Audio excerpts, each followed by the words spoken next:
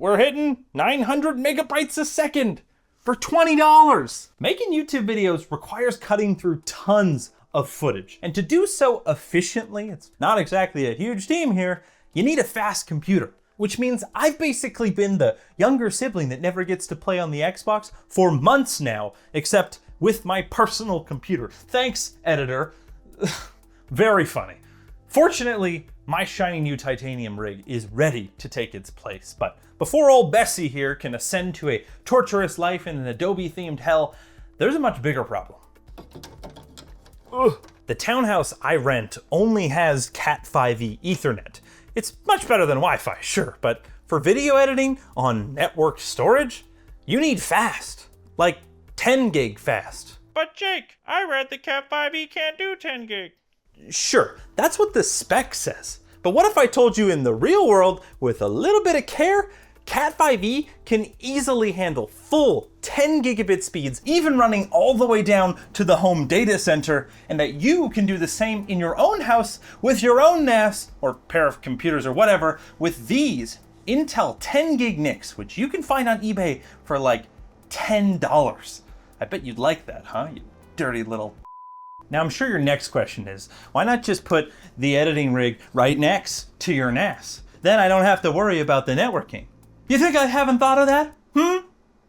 The problem is, the power in here is already totally maxed. I don't even actually run this 3D printer. It's just down here because I ran out of space upstairs. So that PC needs to go somewhere else. Like maybe this bathroom up here. It's got its own circuit, what, for blow drying your hair. And I don't usually shower in here.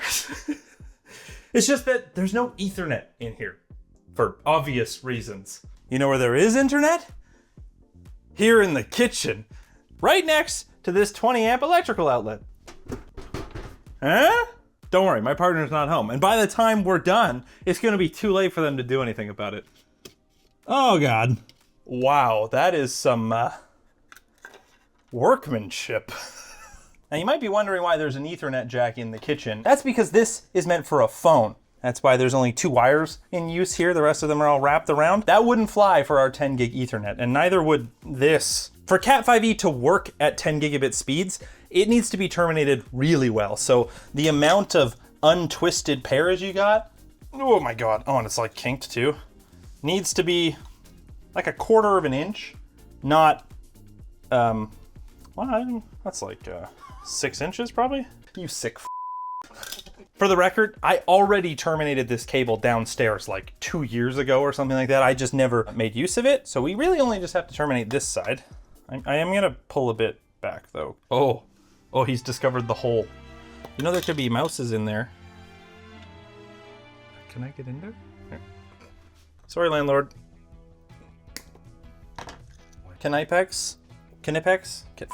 Recognize the colors. Link in the description. Also down there will be all the other stuff we featured today. And while you're down there, get subscribed, okay? God. There are 2 different types of Ethernet terminations you can do.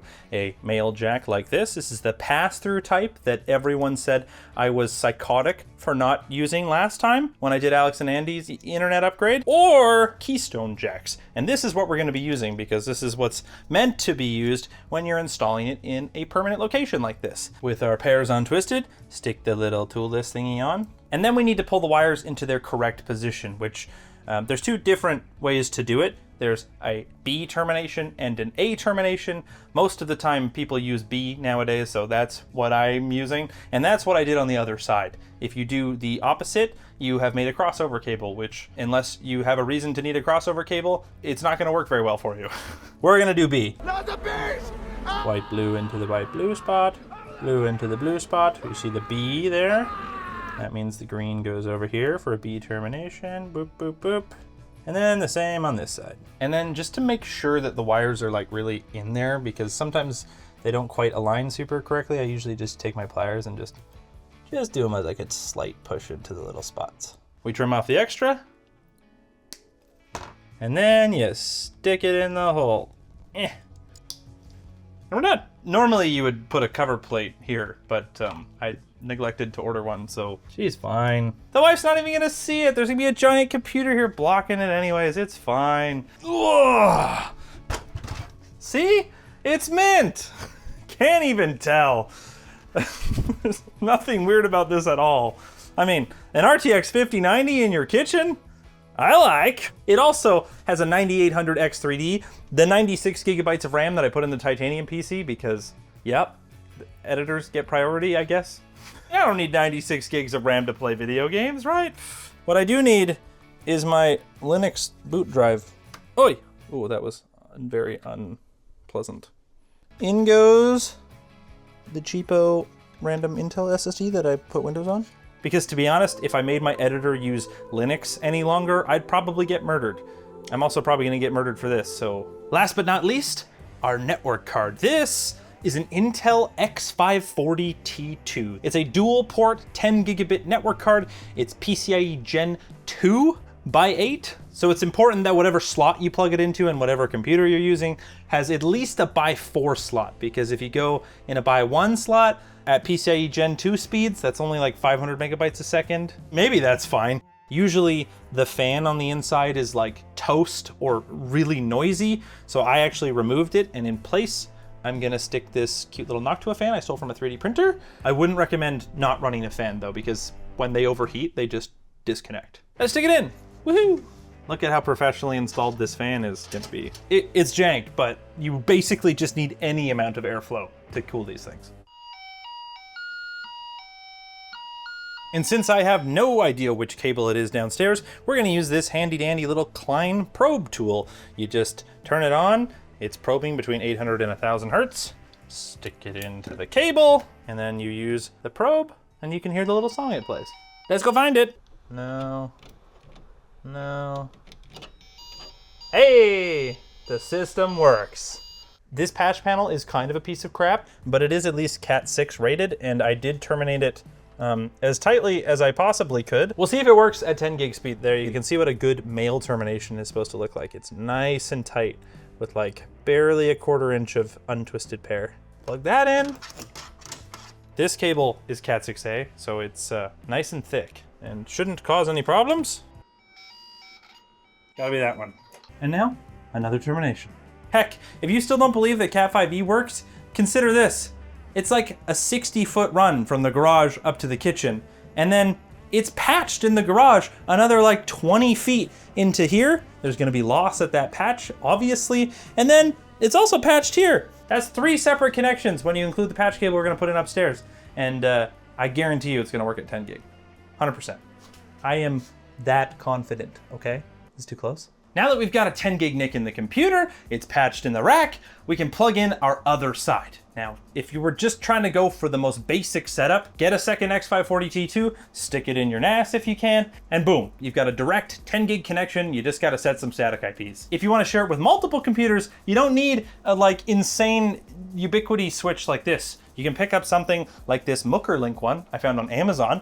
It's got 6 10 gig ports, 2 of them are SFP, 4 of them are RJ45. But what you might also want to plug into it is today's sponsor, Ugreen, and their new AI NAS. This thing is crazy. It's got dual 10 gig ports. You can plug your crazy computer right into that, no problem. It can support up to 196 terabytes thanks to its 6 hard drive bays. That's good enough for literally millions of photos, thousands of movies. This thing has a 14-core Intel processor with up to 64 gigabytes of LPDDR5X memory. That's good enough to run local AI models. It's like having your own private cloud, except without the monthly subscription. With their universal search, you can use simple keywords to find whatever you're looking for across photos, videos, documents. Like, look, I typed in license and it found it right away. And with their Yulia local hosted smart assistant, you can use natural language commands and instructions to interact with your files, like having Yulia summarize long and complicated documents, or using smart commands to find movies or songs you want to listen to without scrolling through lists of files. Heck, it can even do voice memos where your NAS locally transcribes the audio, summarizes key points, and can even generate cute little mind maps like this. And it's fast too. They've got support for up to 2 NVMe SSDs, the dual 40 gig Thunderbolt ports up front, and they even have an SD card if you need to ingest media off your camera. You're filming, you're taking photos, and if you are, you should be taking control of your data too by checking out the Ugreen IDX6011 AI NAS at the link down in the description. What are you waiting for? Just go. Check it out. It's genuinely sick. And honestly, I'm probably just going to use that as my backup NAS because I do already have this NAS, which already has an X540T2 in it. That thing has been in there probably 5 years, and it's just rock solid. Patch it in, and then let's go turn it on. For remote access to our computer, I'm gonna be using this GLINet Comet Pro KVM. It's very nice. Just plugs right in like this, HDMI, power, and then the USB connection for like the virtual keyboard and mouse. And then we've got our 10 gig, very nicely cable managed and blue and really matches the kitchen. And then we just need power. Green is 10 gig, yes! Yeah, you didn't believe me, and I knew it was gonna work. I was a little nervous it wasn't gonna work. And would you look at that? Number 19, Jake Home, it's working! Woo! Okay, let's do a file transfer or something. By default, if you're on Linux, the X540T2 is just gonna work right out of the box. The driver is baked into the kernel. On Windows, however, it is not. So you have to download it. And for some reason, Intel removed the downloads from the X540T2 product page. So in order to get drivers for it, you have to download the complete driver pack for Intel Ethernet adapters from their website. Just click download here. Then open up Device Manager, find our 2 missing Ethernet controllers here. Click Update Driver, browse Computer for driver, and then select the folder we extracted earlier, Release 31, click OK, and just make sure you have Include Subfolders checked. Next. Can't verify the publisher of this driver software. Install it anyways, we don't care about that.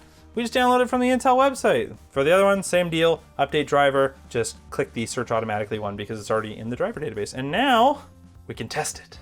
9 gig, well, it's going between 7 and 8 and 9 gigabit. That's close enough for me. I don't think that's a problem with the network card. I think that's a problem with the SSD in this computer being kind of a turd. And Windows file copy not being the most amazing thing ever, but look at that. We're hitting 900 megabytes a second for $20 and a RTX 5090 computer. Look, it works in any computer, okay? As long as you have a PCIe slot, that's all you need.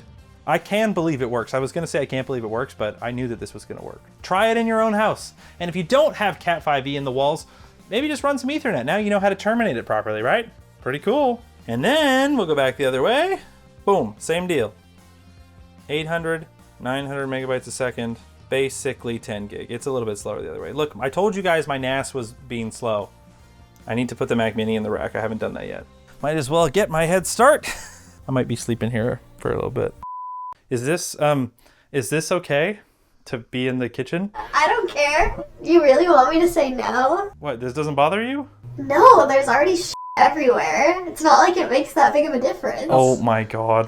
So there you have it. You should put an editing rig, a gaming rig, whatever you want in your kitchen. We got approval from the boss, and I think that she can speak on behalf of all other bosses to say that this is acceptable. And you have your computer in the kitchen pass now. You're welcome. And since you owe me a huge favor now, I'm gonna ask you to get subscribed, hit the like button, and let me know down in the comments if you've ever run 10 gig over Cat5e. Let me know how your experience has been, because I've been doing it for a while. And now I'm doing it even more. Apparently, approved manner.